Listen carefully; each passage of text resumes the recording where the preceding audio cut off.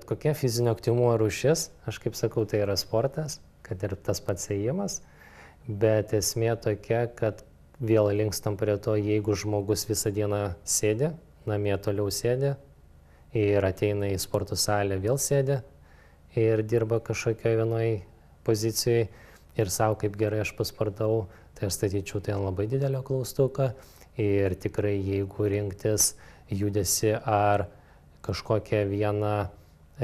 poziciją treniruoklėje, tai žinoma, aš visada skirčiau prioritetą į judesį, tai kategoriškai, bet tikrai nedemonizuočiau ir pačio jėgos treniruočių principo, nes jinai tikrai turi savo vietą, turi savo laiką, bet jeigu mes imsim vėl statistinį žmogų, faktas, kad judesys būtų prioritetas.